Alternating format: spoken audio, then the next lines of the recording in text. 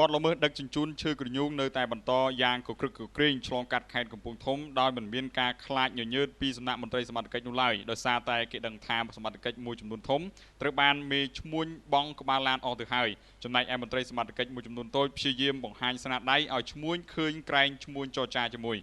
ជាក់ស្ដែងរថយន្តកាមេរីឆ្លាមពណ៌ត្រីឆ្លូញពាក់ស្លាកលេខភ្នំពេញ 2A7376 បានដឹកឈើក្រញូងពេញមួយឡានត្រូវបានផ្នែករដ្ឋបាលព្រៃឈើស្ទូងដឹកនាំដោយលោកតុងយីនាយផ្នែកសហការជាមួយនឹងកងកម្លាំងនគរបាលនៃស្នងការដ្ឋាននគរបាលខេត្តកំពង់ធំ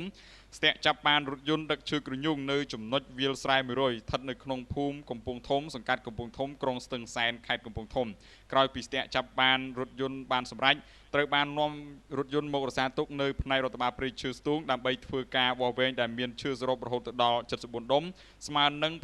955គីឡូក្រាមតាមការឲ្យដឹងពីលោកតុងយីនាយផ្នែករដ្ឋបាលព្រៃឈើស្ទូងបានឲ្យដឹងថាមុនពេលចាប់ឃាត់រថយន្តដឹកបទល្មើសនេះលោកបានទទួលព័ត៌មានថាមានរថយន្តសង្ស័យមួយគ្រឿងបានធ្វើចរាចរណ៍នៅលើកំណត់ផ្លូវជាតិលេខ6បំរុងឆ្លងកាត់ខេត្តកំពង់ធំទើបលោកបានសុំការសហការជាមួយនឹងមន្ត្រីកងកម្លាំងប៉ូលីសខេត្តដើម្បីអនុវត្តវិធានការបង្ក្រាបរថយន្តដែលបានបើករត់តាមបណ្ដោយផ្លូវលំចំណុចវាលស្រែ100ចូលផ្ទះអ្នកភូមិដើម្បីធ្វើការលាក់ខ្លួនក្រោយមកក៏បែកការក៏បានបើកពីផ្ទះអ្នកភូមិរត់ក៏ត្រូវបានកម្លាំងស្ទាក់ចាប់បានតែម្ដងហើយក្នុងនោះដែរលោកតុងយីបានថ្លែងអំណរគុណ